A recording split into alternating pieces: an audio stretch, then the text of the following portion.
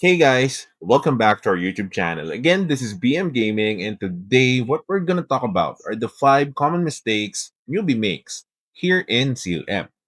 Anyway, guys, if you are new to the channel, don't forget to hit the subscribe button and the notification bell so that you will be updated if we upload new contents and guides about CLM.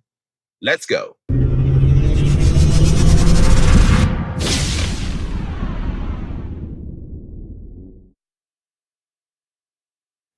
So, welcome back to the channel, guys. So, today, what we're gonna talk about are the 5 common mistakes newbie makes when they're playing CLM. Now, these mistakes might be basic, but if you actually avoid this, then you will see a better progress in terms of your character rankings and also your character progress. Now, since CLM is going to be integrated into Web3, you might want to watch my first video about CLM on how you can pre-register in the game so that you will be able to get the pre-registration perks. Now, what are the 5 common mistakes that newbie makes in CLM? Number 1, they are not claiming the free Sapphire daily available on the exchange shop. Now, this Sapphire, you can actually use it in many things. You can actually use it to get additional rewards for the Shield Pass.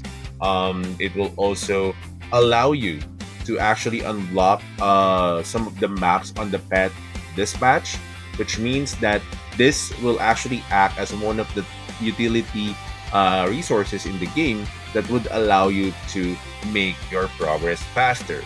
Now, this free Sapphire is, I think it's about 100 every time you claim it, and it's like every 10 minutes.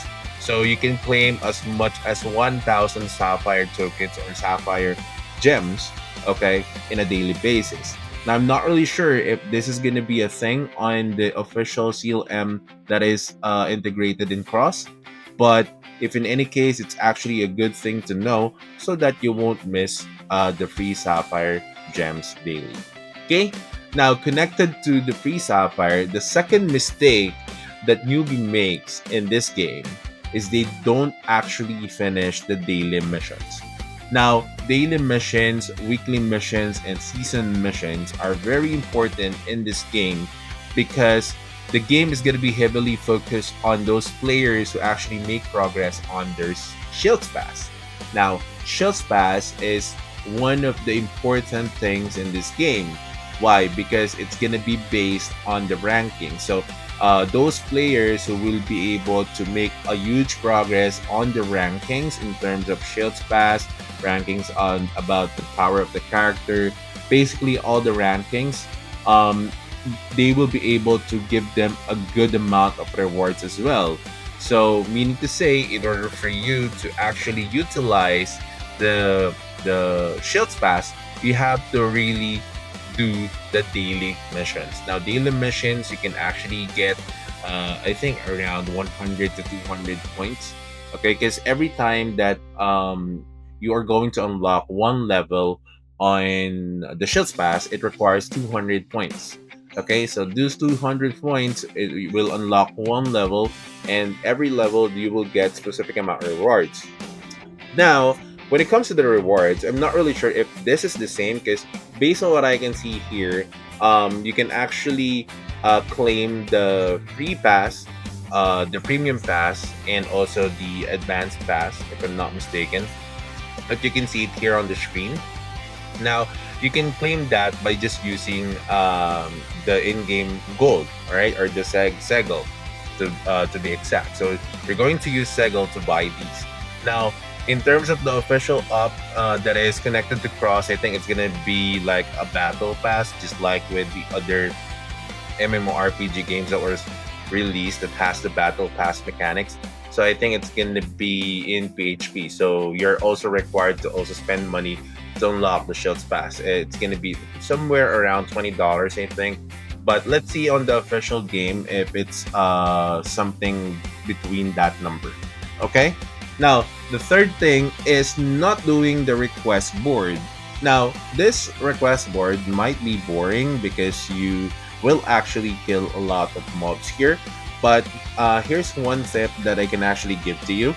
Okay, so find those quests that would actually give you much better XP and Seagull and also the resources. Okay, sometimes if I'm not contented with the request board quest, I refresh it up until I get SS quest or SS type of request. All right, and this is the time that I will accept it and finish the quest. What I do is I actually select a quest that includes clear normal monsters or physical attack monsters or magical type monsters, and then I will also get some quest that is specific to a name of a monster. For example, um, Windy, something like that. So Windy is actually a magical type of monster. So I will also get a quest where it says clear 10 magical type monsters. So basically, you're doing two things at the same time. So that's kind of like my tip. Now, one mistake also within the request board is that they are not utilizing all the free attempts on the request board, which means that after you finish a couple of request board quests, okay, you can refresh it and then you will be able to get a new set of quests. I think that's additional six or eight quests, but normally it's just six request board additional, which will give you a huge amount of XP for beginners and also the lollipop resource that you can exchange into items in the game as well that would help you out. Okay, now number four on the list is gonna be the equipments. Now, a lot of you are actually used to MMOs wherein if it says you have to auto equip this, you just have to click auto equip, right? But with C2M, guys, you have to be mindful of the stats of the equipment that you're wearing because a lot of players they tend to equip it because they will increase their CP. But this is not something that you should always consider. Why? Because other stats from these equipments are specific to each class. So let's say, for example, you're a mage. Of course, what you need is an int stat. So some players they actually equip strength stats or luck stats, which is not appropriate to their class. Which means that it would somehow hinder the damage output that you can get because as a DPS and as a mage, you must be doing a lot of damage that will definitely or easily clear the mobs because if they get close to you, then you're dead, right? So that's kind of like one of the tips that I can also provide. Always check the stats of the equipment that is necessary for your class as well. So that's going to be a huge help for you to be able to clear each stages of the game. All right. Now, last but not the least is not utilizing the dungeon entries. Now, I know, guys, it's kind of like boring and you might get lazy doing repeatable dungeons because you can actually enter dungeons here 6 times. All right, so you can enter dungeons here 6 times, I think each. All right, I think Seagull Dungeon and also Equipment Dungeon, you can enter it 6 times. So basically, you might get bored, but it will also give you a good amount of XP when you're actually stuck on the main quest. So these 5 common mistakes, if you actually avoid it, if you actually avoid not doing this, all right, then you will be able to progress a lot more faster. You should be mindful of your progress as well because again, in order for you to make money in CLM, you have to also rank. It's not just about casually playing the game, but if you are a competitive type of player and you wanted to get rewarded more, then you must take action and you must do the necessary things to do in the game so you could progress way better than the other players. That's it, guys. If you do have any other questions or you wanted to ask me some things about other games or other type of MMORPG games, feel free to comment down below. I'm going to be always open for you guys.